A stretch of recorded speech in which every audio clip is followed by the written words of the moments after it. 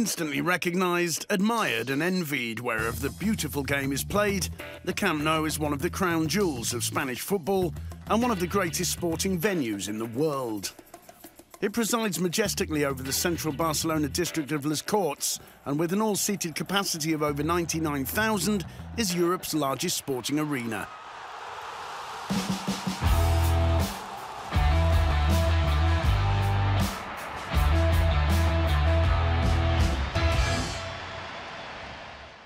The origins of Football Club Barcelona's Coliseum go back to the 1950s. The enormous expectation created by the team led by Ladislau Kubala meant that the old Les Corts stadium could no longer hold the thousands who wanted to witness the magic of the team of the 5 cups, and the club decided to construct a new home. The project was entrusted to the architect Francesc Mitjans, and the stadium was inaugurated in 1957. Mitjans' son, Joan Pau, also an architect, has overseen practically all the renovations made to the ground since the late 70s. My father's studio visited many other stadiums to examine their good points and bad points.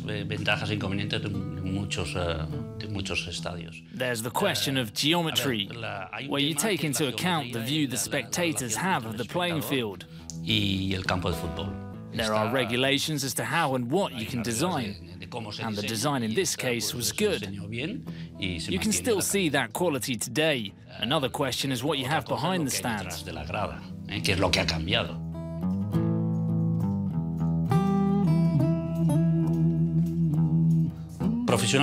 I started working there between 1979 and 1980, when they decided to add the 3rd stand and increase the capacity. They called it an extension, but really we were just continuing with the original plan. Since then I've participated in most of the interventions.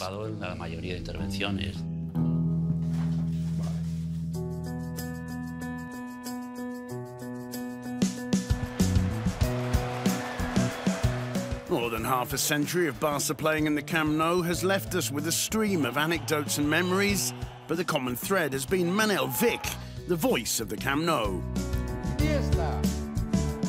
The veteran announcer has been carrying out his duties since the final days of the old Les Corts ground. He's introduced 2,000 matches in the Camp Nou, in all this time only missing 3. 2 when he was operated for cancer of the liver, and 1 when it coincided with his daughter's wedding. Vic is a crucial part of the history of the stadium.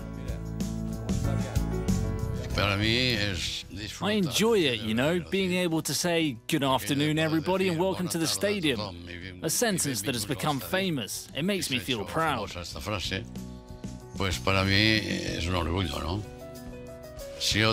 As long as I've got my health and my voice, if Barca want me, I'll be here to the end.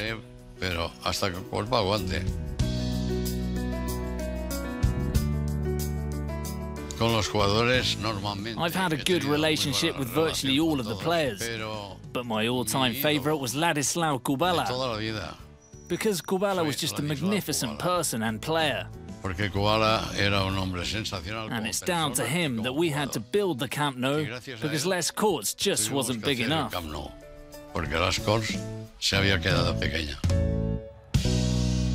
nit a tothom I benvinguts a l'estadi. And it's precisely a statue of Kubala that presides over the entrance to the grandstand. It's one of the must-sees for any visit to the stadium, as is the memorial dedicated to Tito Vilanova, the chapel of La Moreneta, the patron saint of Catalonia, or the plaques of the thousands of supporters clubs from all around the world. Even for those who have never been inside the stadium but have only seen matches on television, the Camp Nou is also known as the Stadium of Crowd Mosaics. It's a tradition that goes back almost 25 years. I think the mosaics in the Camp Nou are almost magnetic. They're spectacular, thanks to the perspective of the stadium.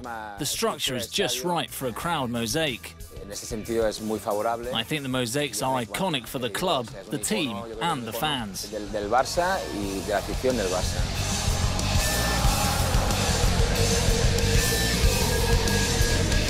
I think that a mosaic helps give a match atmosphere. It adds to the experience. It makes a match truly memorable in every sense. I also think it helps to win matches.